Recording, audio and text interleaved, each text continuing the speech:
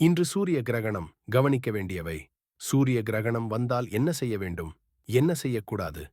எல்லோருக்கும் புரியும் வகையில் சொல்லப் போறேன். செய்ய வேண்டியவை: உணவு, தண்ணீர் பாதுகாப்பாக வைக்க. கிரகண நேரத்தில் உணவுகளில் துளசி இலையோ தர்ப்பையோ போட்டு வைத்தால் அது பாதுகாப்பாக இருக்கும். கிரகணத்திற்கு பிறகுதான் சாப்பிடலாம்.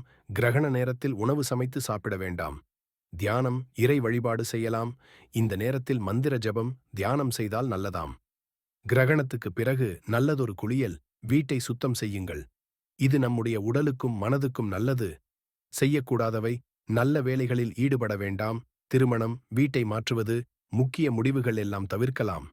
பயணம் செய்ய வேண்டாம். சூரிய கிரகண நேரத்தில் வெளியே தேவையில்லாமல் போக வேண்டாம். உணவு சமைக்கக்கூடாது. காய்கறி நறுக்கக்கூடாது.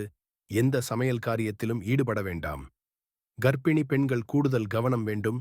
கூர்மையான பொருட்களை, கத்தி, ஊசி பயன்படுத்த வேண்டாம். தையல் வேலை தவிர்க்கவும்.